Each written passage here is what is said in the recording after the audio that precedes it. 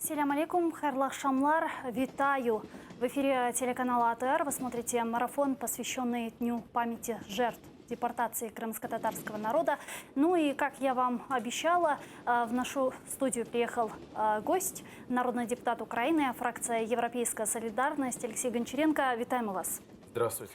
Алексей, перед тем, как начать нашу беседу, я бы хотела вам сказать следующее. В первую очередь, вы видите, мы сейчас работаем в прямом эфире. Соответственно, телеканал АТР после всех пережитых проблем продолжает свою работу. И я от имени коллектива телеканала АТР хотела бы выразить вам огромную благодарность за ваше непосредственное участие в борьбе за спасение Первого и единственного канала. Я знаю, что со слов нашего генерального директора, что вы в комитетах, в кабинете министров всегда защищали крымско-татарский телеканал, да, и постоянно боролись за нас. Спасибо большое, вам. вы можете всегда на меня рассчитывать. Я считаю, что существование вашего телеканала очень важно и для крымско-татарского народа, и для всего народа Украины, потому что вы делаете очень большое дело. Поэтому спасибо вам, что вы есть, и я всегда готов и буду на будущее вас всегда поддерживать. Спасибо большое. Спасибо. Ну и да, давайте, наверное, начнем с 18 мая. Вы знаете, 76 лет назад, 18 мая, сталинский режим депортировал все крымско-татарское население из полуострова, кого на Урал, кого в Среднюю Азию. Обвинили крымских татар в измене, хотя мой дед прошел всю войну, был артиллеристом-наводчиком, и когда он вернулся после фронта домой, он не нашел своих родственников. Крым был пуст. И вот сегодня мы находимся в 2020-м, и я вас хочу спросить не как политика, не как народного депутата, а как рядового украинца. Что для вас 18 мая 1944 года? Это одна из тех дат, которые всегда должны нам напоминать вот цену независимости, цену жизни. Потому что вот в моей семье есть похожая история. Если позволите, я расскажу. Конечно. Бабушка моей жены, она была замужем за человеком, который воевал в УПА. Ее муж воевал в УПА, дед моей жены. И его убили, и они жили на Западной Украине. И их тоже вот так погрузили в составы, и бабушку жены, и ее двоих детей, у нее был на тот момент мальчик и маленькая девочка, и вот так в составах погнали к озеру Байкал. И доехал туда только сын, а маленький ребенок, девочка умерла, и ее просто выкинули, ее тело из поезда. Я знаю, что такие истории были у крымских татар. И вот эта трагедия моей семьи, которая очень перекликает, и они там прожили много лет, пока им разрешили. Спустя больше 15 лет, им разрешили вернуться на свою родину, в Западную Украину. И это очень похоже на то, что произошло с крымско-татарским народом. Ваш путь домой был еще дольше и намного дольше. А сегодня опять пришла беда в виде российского оккупанта, который опять выдавливает крымско-татарский народ со своей родины. Поэтому для меня это дата, которая всегда должна напоминать. У нас часто говорят, да, вот, собственно говоря, что там мы воюем, а за что воюем. Некоторые люди не понимают. Сегодня Украина воюет за то, чтобы таких историй больше никогда не было. Чтобы никогда не взяли украинцев и не вывезли в составах куда-то.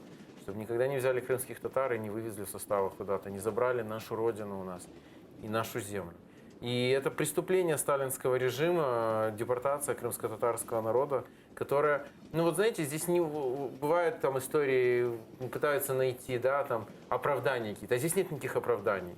Вот в этой истории никаких оправданий нет и быть не может. И она очень показательная для всех тех, кто сегодня... А ведь есть сегодня эти люди и в нынешней Украине, и даже в Верховной Раде, которые кричат, там, ходят с портретами практически Сталина в руках на всяких акциях, используют тот же самый День Победы для прославления режима. Режима какого? Преступного. Вот вы рассказали про своего деда, который воевал, который защищал свою землю, а оказалось, что в это время его семью просто увезли, и у него забрали дом и родину. И, не знаю, мне кажется, вот это такие моменты, которые каждого человека трогают очень за душу, и меня они очень трогают. И поэтому я думаю, что наша с вами задача все сделать, чтобы Украина была независимой европейской страной, в которой такое никогда больше не может, вот даже теоретически, не может повториться. А когда вы впервые узнали о существовании крымско-татарского народа, о том геноциде, который с ним произошел? Когда вы об этом Достаточно узнали? поздно, я вам скажу. Это уже в 90-е годы. Да, я всегда интересовался историей, и, в принципе, вот уже подростком я узнал о тех депортациях, которые осуществлял сталинский режим. Это же касалось не только крымско-татарского народа, Конечно. это касалось чечено-ингушей, это касалось ряда других национальностей, это сложно греки, немцы, понятно, которые, ну, в общем, целый ряд национальностей, ну и украинцы. И когда я это узнал, то, конечно, это очень такое, очень тяжелая история. Есть эта книга «Ночевала тучка золотая», да, про тоже депортацию, там чечено-ингушей. И вот это на самом деле очень, такая прям, вот ты шокирован, когда ты читаешь, и ты представляешь себе, вы вот так сделали тут этот антураж, и действительно, тебе стучат рано утром в двери и говорят, у вас есть на 15 минут на сбор, и мы вас повезли. И я тогда был очень этим, прям шокирован, вот такой историей, которую я узнал в 90-е годы. В самом начале нашей беседы вы сказали, что и сегодня в более уже гибридной форме депортация крымско-татарского населения из Крыма продолжаются со стороны оккупантов. Да, Мы это видим, правда. репрессии в отношении крымско-татарского народа, задержания, тюрьмы, пытки в тюрьмах, убийства. Убийство, и так далее. исчезновение Исчезновение. людей, это фактически убийство, скорее всего, да? И сегодня Крым находится под оккупацией, там находятся украинские граждане, там находится автохтонный народ. И Украина сегодня какие должна или использует, или достаточно ли использует инструментов для защиты своих граждан на той территории, которые продолжают бороться за Украину и говорить, что Крым – это Украина? Очень хороший вопрос. Я в прошлом созыве был главой межфракционного объединения «Крым». Так просто сложилось, что когда нас избрали, еще не был Мустафа Ага Джемилев, он сказал, что у него и так много очень нагрузки и занятий, поэтому он не может еще это на себя взять. А Рифат Чубаров еще не стал народным депутатом, а больше не было никого из крымских татар. Вот, поэтому возглавил объединение я. И мы старались, мы там провели первые, пока единственные парламентские слушания по стратегии деоккупации Крыма. И других пока не было, к сожалению. И новая власть даже до сих пор не провела фактически ни одного таких серьезных мероприятий.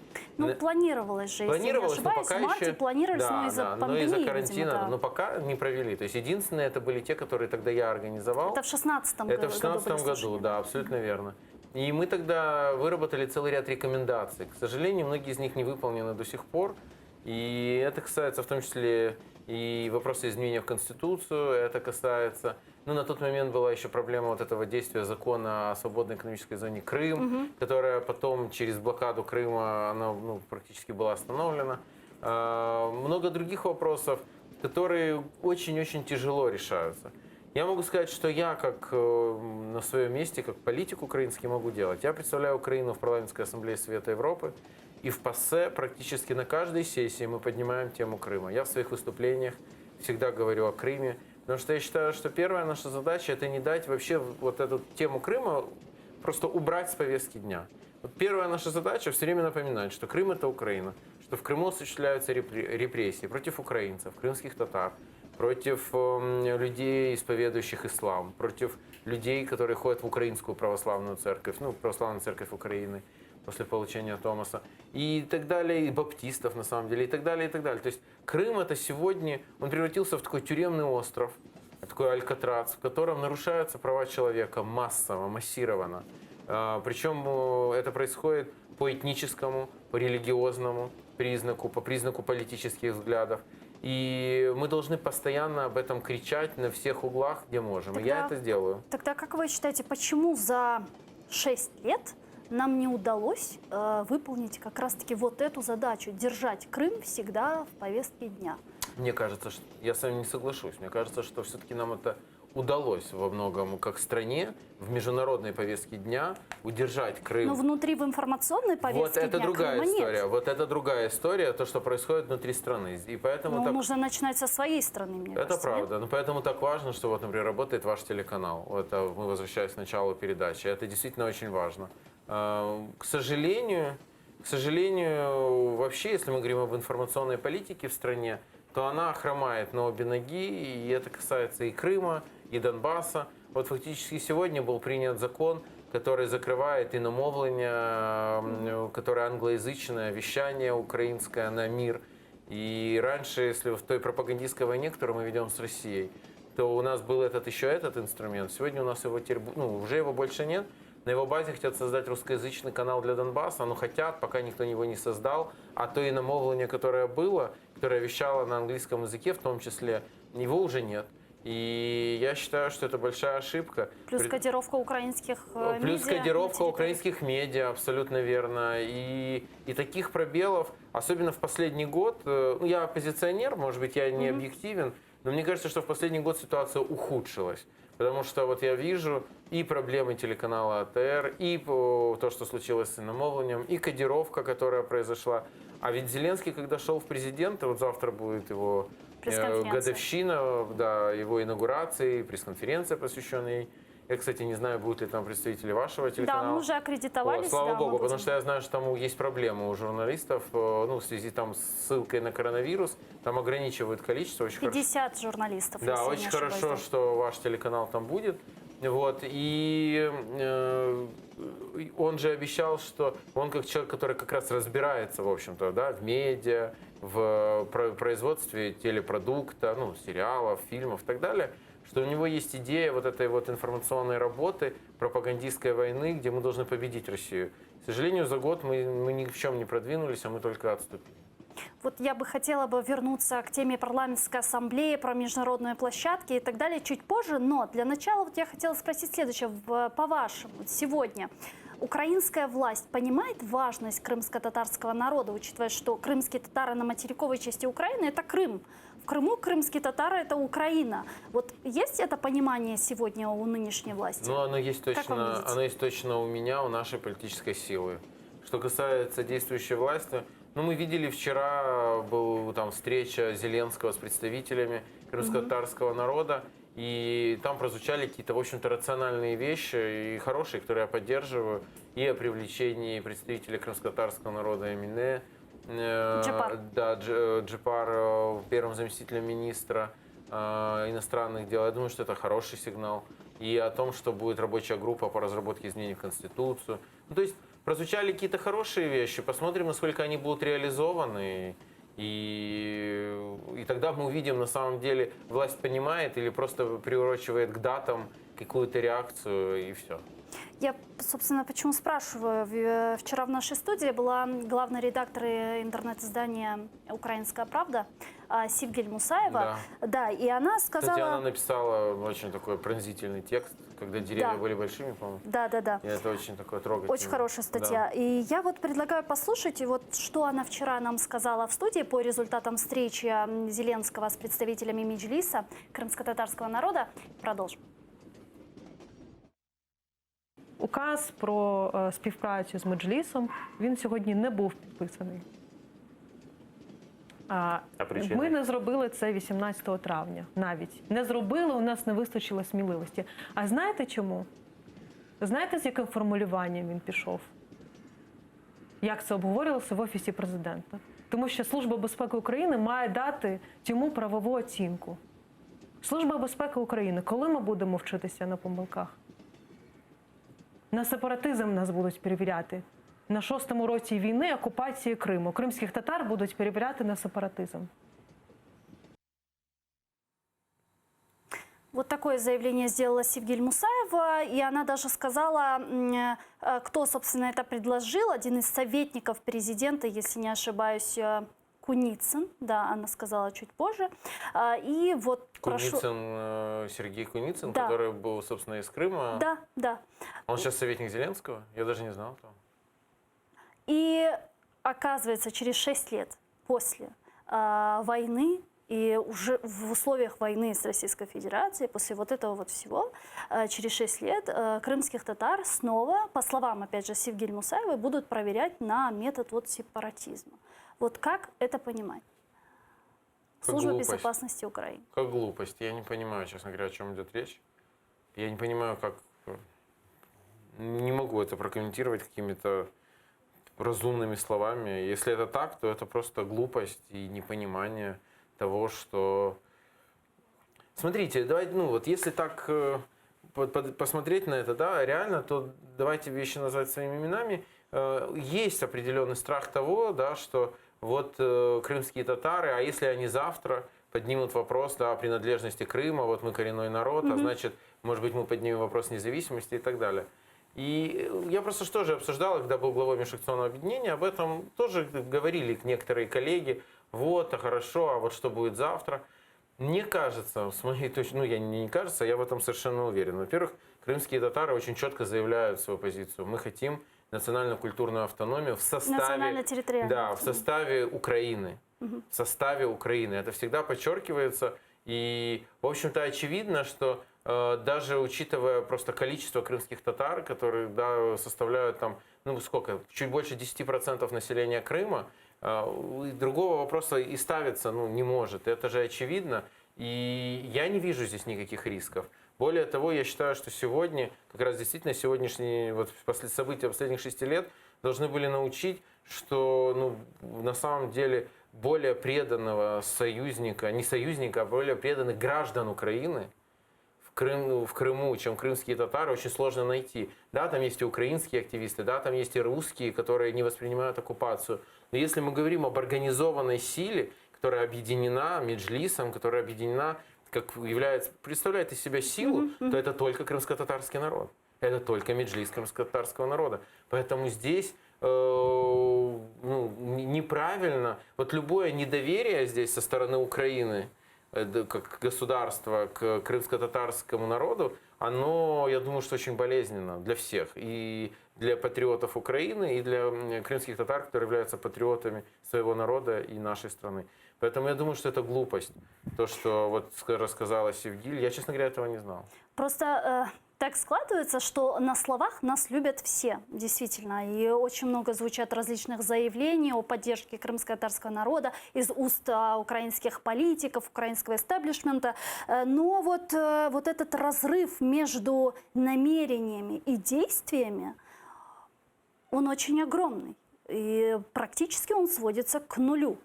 Вот почему так происходит? Вот вы упомянули про реализацию прав крымско-татарского народа, про автономию, Да. национально-территориальную автономию крымских татар, которую нам обещают, которую мы требуем и имеем на это право. Но как бы на действии мы ничего не видим. Почему? Одна из причин здесь то, что вообще, понимаете, если вы возьмете там последний год, то, ну просто потому что годовщина, то вы увидите, что это касается не только крымских татар. Ну, где за окончание эпохи кумовства, жадности, бедности, все то, что обещал Зеленский. Очень много, начиная, он сказал первое обещание, которое он сказал, что первый закон, который будет внесен в Верховную Раду, закон про народовладие, которого нет до сих пор. То есть уже год прошел, а он говорил, это будет первый закон. Поэтому в целом в политике, особенно в украинской политике, есть разрыв между обещаниями и реальными делами. Он в целом есть. Это касается всего, и в том числе не исключение, это проблема Крыма и вопросов, которые важны для крымско-татарского народа. Но со второй точки зрения, действительно, есть люди, которые, я об этом сказал, они были в прошлой Верховной Раде, я думаю, что они есть сегодня, которые будут с подозрением относиться, бояться вот такого национального движения и национального подъема, потому что думаю, что завтра это может создать какие-то проблемы. Я придерживаюсь абсолютно другой точки зрения. А эти стереотипы можно развеять? Конечно. Я думаю, что вы их во многом развеиваете своей работой, своей деятельностью. И я имею в виду телеканал, Меджлис крымско-татарского народа, те народные депутаты, которые сегодня есть, крымские татары в парламенте Украины. Это Джемилев, и Чийгоз, и Умеров. То есть это люди, которые, я вам скажу, что мне кажется, что Мустафа Джемилев это, в общем-то, моральный авторитет, самый главный моральный авторитет этой Верховной Рады. Нет в Верховной Раде народного депутата, который бы пользовался таким, не знаю, безусловным уважением вне зависимости, кто бы ни был, в какой политической силе, но его жизненный путь, его позиция, принципы, они заслуживают там наивысшего уважения, и он является моральным авторитетом. Я думаю, что это очень влияет на людей. И постепенно нужно, постепенно нужно эту работу вести, и результат у нее обязательно будет. Ну, вы сказали про последний год. Я бы хотела бы пойти еще дальше. При каденции Петра Порошенко работала Конституционная комиссия по вопросу Крымско-татарской национально-территориальной автономии, которая даже вынесла, если я не ошибаюсь, свое заключение. Но все-таки законопроект в Верховную Раду внесен не был. А ведь была возможность. Мне сложно это прокомментировать. Я не был членом этой рабочей группы, которая готовила Конституционная комиссия. Насколько я знаю, там работал Рифат Чубаров в ее составе активно. Я думаю, что он больше меня знает об этом вопросе и мог бы больше прокомментировать. Поэтому просто не владею информацией, чтобы сказать, почему это не произошло. Те парламентские слушания, о которых я вам уже упоминал, мы как рекомендацию это выносили еще в 2016 году. Мы говорили о том, что необходимо. И там не только это. Вообще нужно вносить изменения в Конституцию Украины. Например, сегодня нет никакого смысла в особом статусе города Севастополь. В этом нет никакого смысла. А это по-прежнему остается в Конституции Украины. Но это плюс еще создает кучу проблем. И это создает еще много чего. Поэтому необходимо этот вопрос решать. Но все-таки Верховная Рада прошлого созыва какие-то вопросы, например, в том числе топографических названий, там решала о возвращении к именам, к названиям традиционным, многие историки имеют крымско-татар, природу именно крымско-татарскую. То есть эти вопросы мы решали. Что касается Конституционной комиссии, это чуть выходит за пределы моих возможностей и полномочий. И я этим вопросом не занимался, поэтому мне его сложно прокомментировать. Ну а все же вы как парламентарий, как считаете, вопрос внесения изменений в Конституцию поможет приблизить деоккупацию полуострова? С моей точки зрения, да.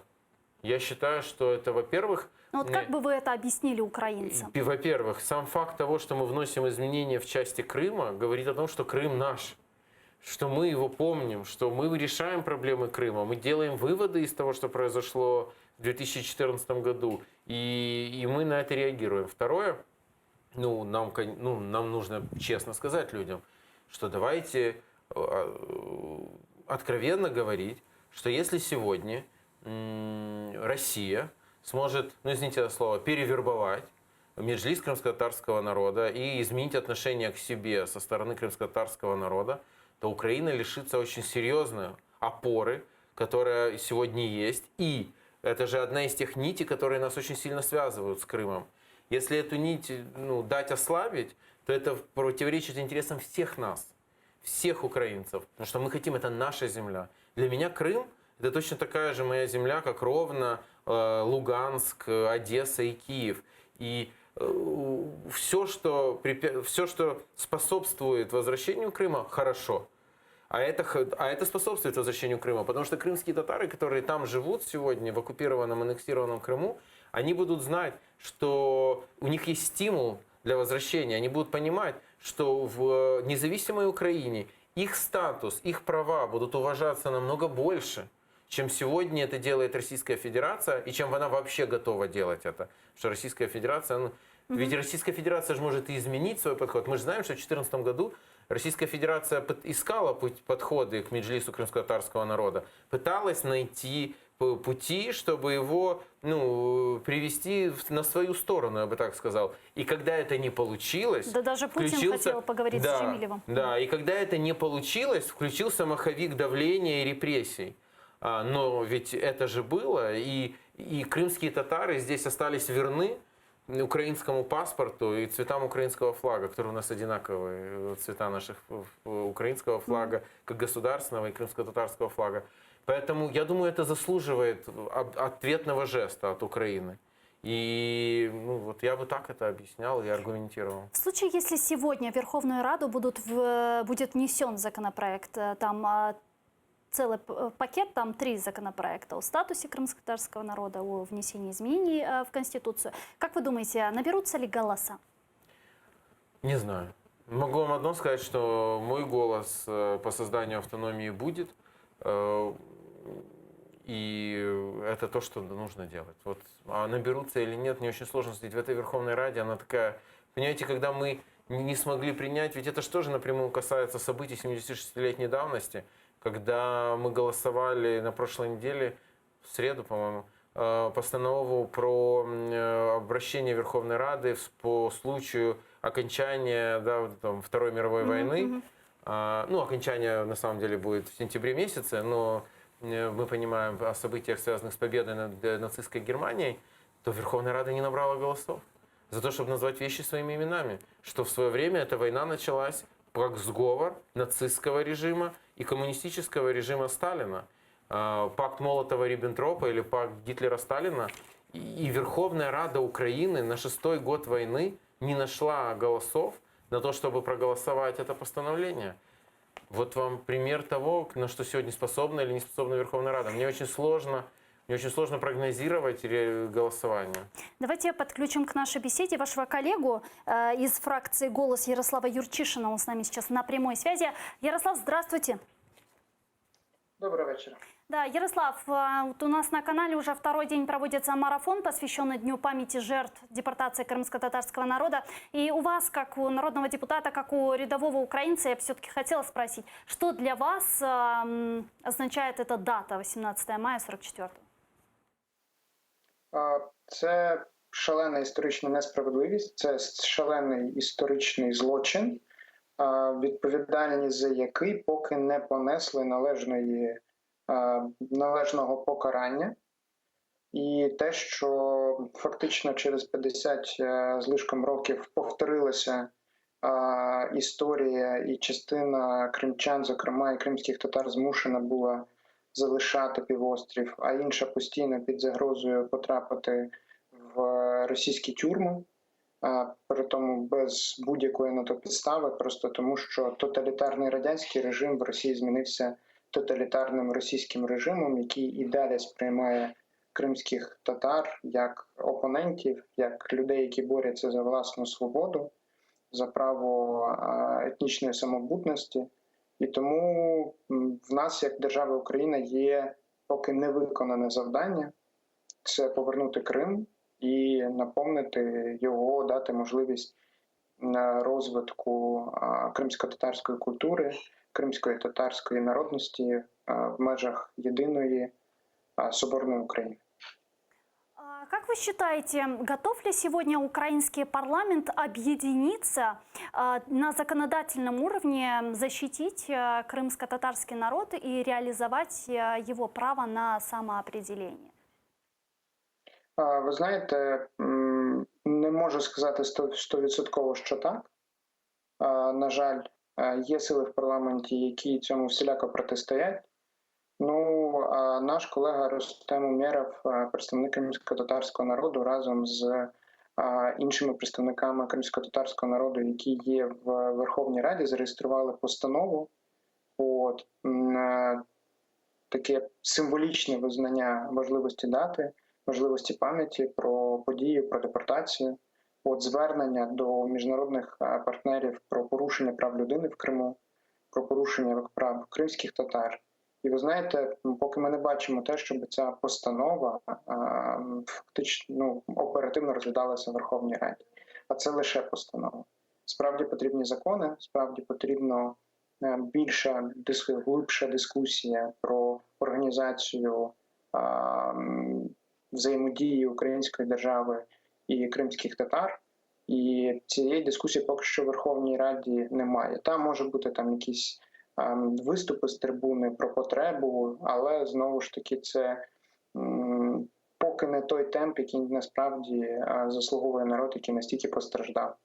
А вот такая дискуссия в вашей фракции «Голос» была, и в случае внесения закона в Верховную Раду, законопроекта, ваша фракция готова ли проголосовать за автономию крымско-татарскую? Дискусія була. Ми чекаємо оптимального рішення, власне, від наших представників, я вже називав Рустема Умєрова, щоб був консолідована позиція. І фракція, звісно, буде максимально долучатися до того, щоб таке рішення було прийняте. Зрештою, навіть запрошення до нашого списку, до нашої команди представників кримсько-татарського народу. Я думаю, що це є одна з найкращих ілюстрацій того, що ми готові працювати в цьому напрямку. Це є в наших програмних засадах. Тому як тільки насправді буде погоджений в першу чергу представниками кримсько-татарського народу визначення, законодавче оформлення цього рішення, ми одразу включимося в роботу.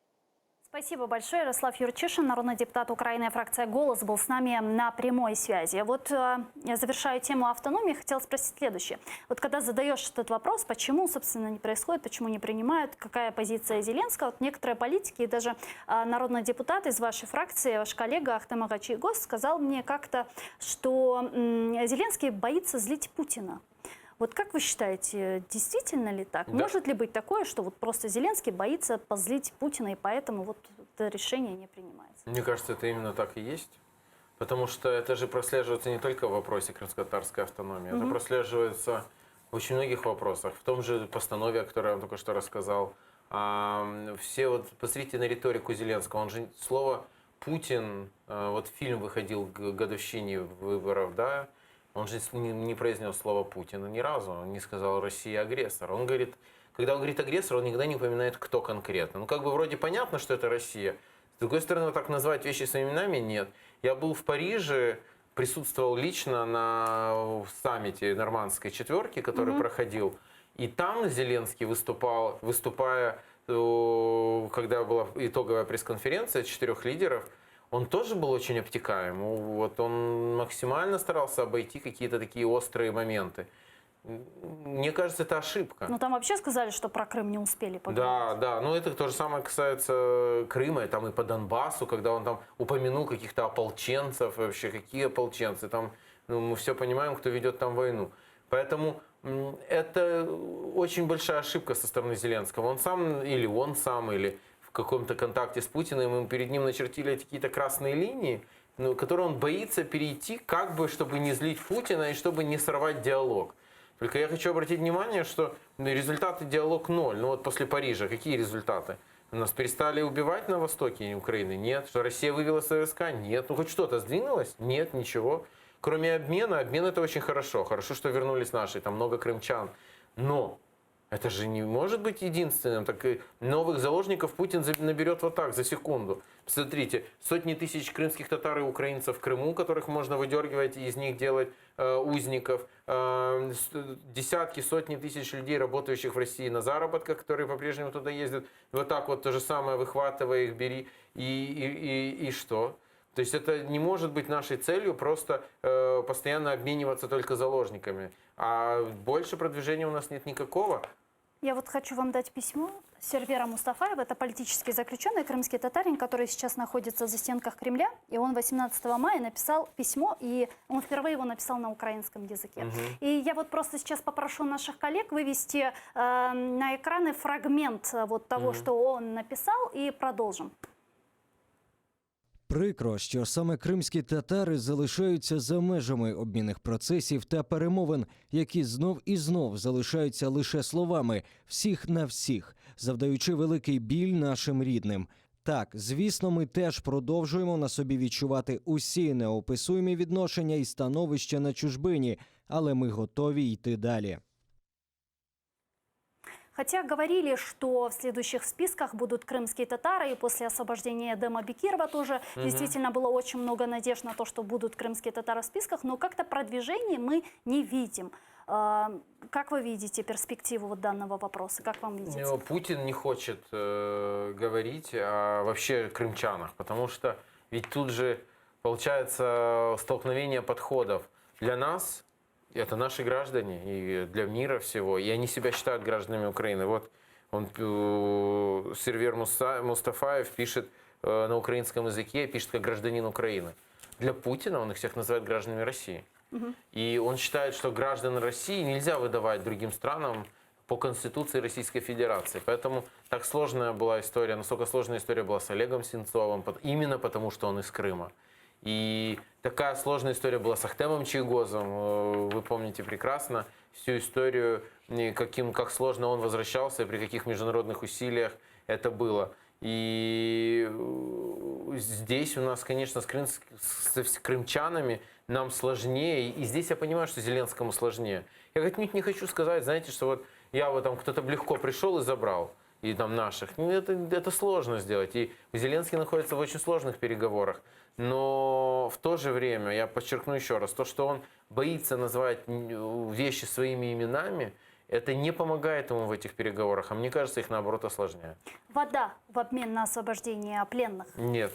Я считаю, что это нельзя делать, потому что это будет означать, может быть, это, конечно, судьбы людей. Но если мы начнем так торговать, то завтра что? Еще раз повторюсь, они наберут новых заключенных вот так, за секунду. И будут следующие требования. А потом признайте Крым, или мы тут будем мучить, фактически людей. То есть мы не можем обменивать вещи, гуманитарный обмен людей на политические вещи. А вода – это политический вопрос.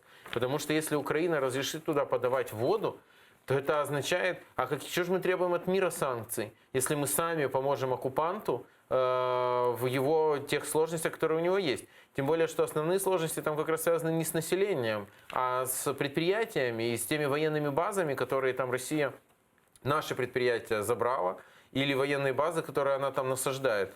Поэтому я категорически против вообще разговора о уступках в этом вопросе. Но такие ведь разговоры есть. Да, и они активно звучат явно... из уст народных депутатов, Да, «Слуги народа», да, и даже да. от лидера. Вот как вы думаете, это их мысли, либо они ретранслируют чужие идеи? Это то, что России это очень нужно. Россия на этом настаивает, требует этого. А, к сожалению, у какая-то часть правящей верхушки сегодняшней и власти, видимо, считает это нормальной ценой и готова за это торговаться. Я считаю, что это неприемлемо в принципе. Но и, смотрите, они же вот эти идеи как забрасывают в общественное поле. Когда они увидели реакцию, они всегда останавливаются. Говорят, это моя личная инициатива. Я вот там просто сказал, я вот просто подумал, просто высказал мысль. Это говорит о том, что вот эти такие пробные шары, они не срабатывают, и тогда они дают задний ход.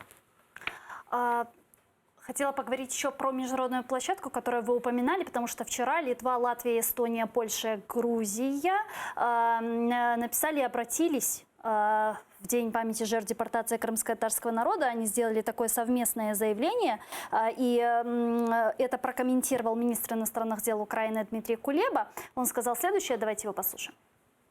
Сьогодні вийшла спільна заява 6 міністрів закордонних справ з приводу трагедії депортації кримського татарського народу. І це 3 Балтійські країни – Естонія, Латвія, Литва, Польща, Грузія і Україна. Цей документ був ініційований нами, я вдячний партнерам за те, що вони підтримали. І тому, власне, відповідь на ваше запитання – це ініціатива. Ми повинні бути ініціативними і постійно ініціювати нові речі на різних рівнях для того, щоб рухати цю тему вперед. Правда полягає в тому, що якщо не ініціюватимемо її ми, Україна, то вона, безумовно, залишатиметься не в пріоритеті міжнародного порядку денного. Значит, это заявление подписали страны Балтии, Грузия, Украина и Польша. Это те страны, которые знают, что такое Россия, на территорию которых вступал российский сапог. Вот не кажется ли вам, что ряды наших партнеров редеют? Вы видели, что в прошлом году Парламентская ассамблея Совета Европы фактически вернула Россию без санкций в ПАСЕ. И как раз против этого боролись вот эти страны, которые вы перечислили, плюс еще несколько скандинавских стран. Да, есть проблема с тем, что Россия прикладывает колоссальные усилия и вкладывает огромные деньги и в пропагандистскую войну, и в работу своих лоббистов там, в западной, вообще в Европе, в мире, цель которых одна, чтобы была признана новая реальность. Что есть такая новая реальность, где Россия аннексировала Крым, и давайте закроем эту тему. И колоссальные усилия в это вкладываются, и они дают определенные свои плоды. Но в то же время, пока у них такого глобального прорыва в этом смысле не получилось, я не вижу, чтобы там начал кто-то признавать. Такого нет, и здесь Украина, минимальную, которая повестку дня, да, Украина удерживает, я бы так это сформулировал. Но возобновление ее полномочий в ПАСЕ, это же уже... Это удар, конечно, удар, это удар и очень серьезный удар. Когда я был в составе прошлой делегации, этой, мы 4 года в прошлой делегации боролись с этим. Кстати, в делегацию входил Мустафа Гаджимилев. И нам удавалось сдерживать до самого последнего времени. Почему? Потому что в самые какие-то критические моменты мы обращались за помощью к президенту Порошенко на тот момент, и он помогал нам. Когда в июне была прошлого года очередная попытка вернуть Россию, мы снова обратились к президенту, но им уже на тот момент был Зеленский, попросили встречу с делегацией, чтобы мы объяснили ситуацию и что президент может сделать. Но, к сожалению, должен вам сказать, что даже встреча не состоялась. Не то, что там он ничего не сделал, а даже он не нашел время встретиться с нашей делегацией, просто послушать эту проблему и, может быть, что-то попробовать сделать. Более того, дальнейшие события показали, что какой-то диалог на эту тему французы и немцы говорили, что он тогда же турне совершил, Париж-Берлин, Зеленский, что в рамках встреч там как бы проговаривался вопрос, что окей, давайте Россия вернется в обмен на моряков, в обмен на пленных. И, в общем, я так понимаю, что какой-то жесткой реакции со стороны Зеленского не последовало. Я не присутствовал при этих переговорах, я могу здесь очень, конечно, говорить. Но, исходя из того, что нам говорили депутаты немецкие и французские, как бы они считали, что они как бы договорились с нашим президентом. И вот даже наша такая реакция, мы там боролись до последнего, у них вызывало удивление. То есть, почему же мы вот как бы вот так вот тут боремся? Давайте подключим Никиту Потураева, народного депутата Украины, фракция «Слуга народа», который с нами сейчас на прямой связи. Алло, здравствуйте. Здравствуйте, извините, что из машины, но по-другому уже не получается. Ничего страшного. Пробках, так что... Спасибо, что подключились к нашему эфиру. У нас вот на телеканале уже второй день марафон, посвященный Дню памяти жертв геноцида крымско-татарского народа. И, конечно же, хотели у вас тоже спросить, что для вас означает этот день?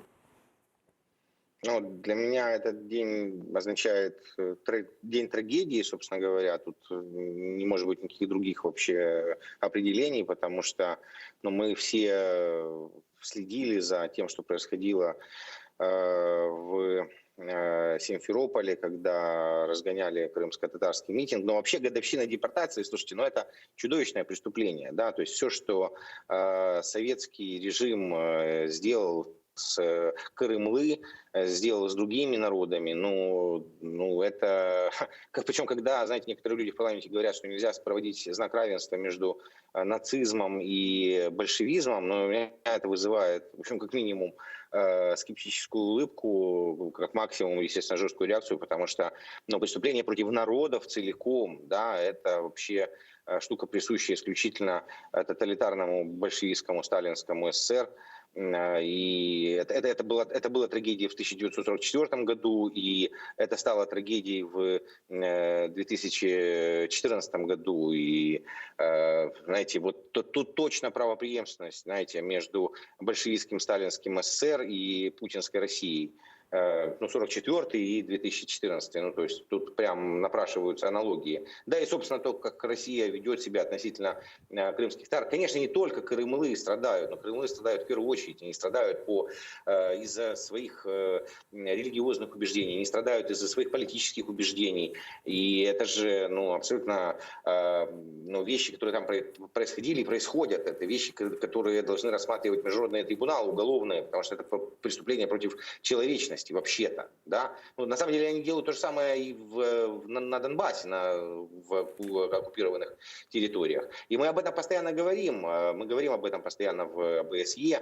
Я знаю, что коллеги говорят об этом в парламентской ассамблее Совета Европы. И Алексей у вас сейчас в студии. Я знаю, что они очень много об этом говорят и резко говорят, и правильно делают, и мы с коллегами делаем то же самое в парламентской ассамблее ОБСЕ, и натовская делегация в парламентской ассамблее НАТО делает то же самое. В этом смысле у нас нет, знаете, разницы, кто там правящая партия, кто там оппозиция. Мы с Артуром Герасимовым прекрасно работаем в делегации ОБСЕ. Я знаю, что Алексей работает с моими коллегами, и всегда там украинские парламентарии выступают единым фронтом по защите наших граждан, как крымских татар, Крымлы, так и украинцев, где бы это ни происходило, в аннексированном, оккупированном Крыму или в оккупированном Донбассе.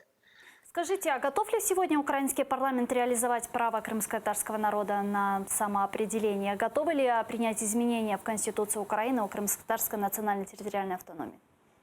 Знаете, я был и остаюсь сторонником этой идеи. Я в эфире вашего канала об этом говорил еще даже, по-моему, до того, как нас избрали в парламент. И у нас на эту тему были и, так сказать, не одна дискуссия.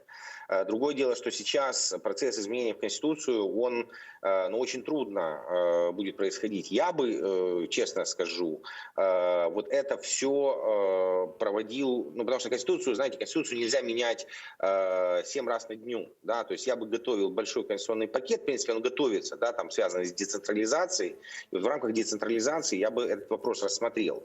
Но, может быть, Алексей меня поправит, мне трудно сказать, если у нас там 300 плюс голосов.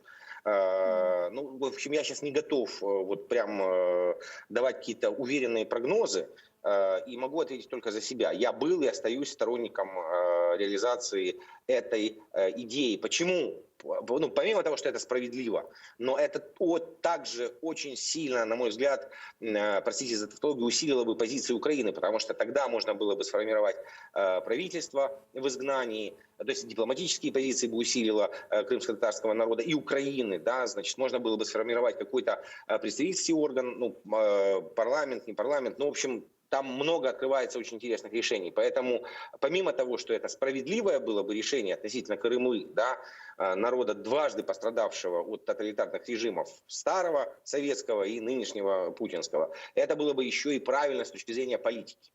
Спасибо. Микита Потураев, народный депутат Украины, фракция «Слуга народу», был с нами на прямой связи. Алексей, давайте к сегодняшним новостям.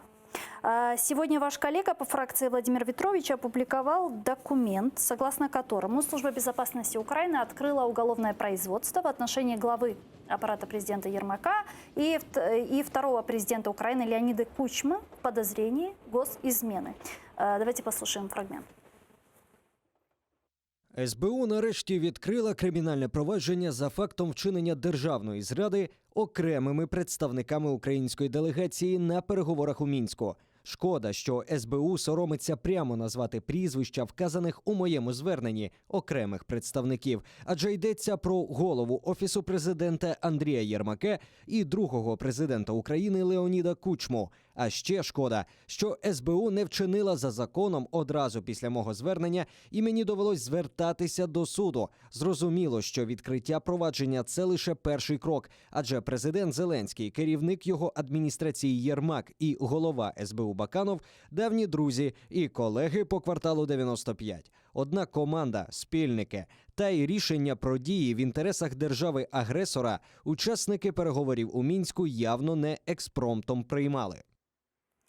То есть я понимаю, что речь идет о производстве, это производство, которое касается предыдущего заседания трехсторонней контактной группы в Минске, где там рассматривался вариант привлечения за стол переговоров представителей ОРДЛО, и Россия в данном случае выступала в роли там, консультанта. Посредника, да. Посредника. Это есть так называемый основания? координационный совет, как они его назвали. Я его и коллеги мы его Но он называем сейчас не работает. капитуляционный совет. Да, потому что было большое возмущение, и потому что та встреча в Минске, которая должна была это утвердить, просто не состоялась по причине эпидемии коронавируса. Но мы абсолютно не уверены, что эта идея окончательно умерла. А опасность ее в том, что она предусматривает, что этот координационный совет будет в равной мере сформирован представителями Украины, представителями так называемых ДНР и ЛНР, то есть на равных.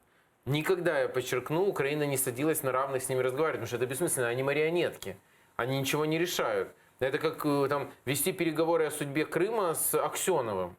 Бессмысленно вообще, потому что он является марионеткой и просто исполнителем в руках Путина. И вот и все. И то же самое здесь. А Россия выводилась там на уровень Германии и Франции, которые как бы наблюдают, как вот этот координационный совет общается. То есть это четкий путь к тому, чтобы исполнить кремлевскую мечту, назвать происходящее в Украине гражданской войной и перевернуть страницу. Поэтому я полностью поддерживаю, что это недопустимо, что то, что там Ермак написал на этом, он там согласен написал и подпись, это он вышел за рамки всех своих полномочий, что это тянет на госизмену, и СБУ должна расследовать. Я не верю, что СБУ сейчас... Я не верю, конечно, в какие-то перспективы, потому что очевидно, что это сегодня все действующая власть. но жизнь, она идет достаточно быстро, и они должны помнить, все эти деятели, Ермаки и прочее. Я в глаза говорил Ермаку, когда он и Зеленский были в Верховной Раде, я сказал: вы казак или казачок, засланный нам? Да, я помню это. И это мое мнение абсолютно не поменялось. И они должны помнить, что ответственность наступит. И они не могут делать все, что угодно. Жизнь идет, власти меняются. А такие документы не горят. Спасибо большое. Спасибо, что Спасибо пришли вам к нам в большое за студию. приглашение. Я хочу сказать слова просто поддержки всем крымским татарам, всем тем, для кого вот эти даты являются очень значимыми. На самом деле они значимы для всех украинцев, потому что это трагедия, которая проходит через наши сердца. И я верю, что наступит день, когда мы в независимой Украине, этот день будет должным образом помниться и должным образом будут проходить мероприятия мемориальные на территории украинского Крыма в составе автономии. Çok sağ olunuz. Дуже дякуємо вам. Олексій Гончаренко, Дякую народний вам. депутат України, фракция «Европейская солидарность», был гостем нашей студии. Ну а мы с вами не прощаемся. Оставайтесь с Первым крымско-татарским. Коршкенджар.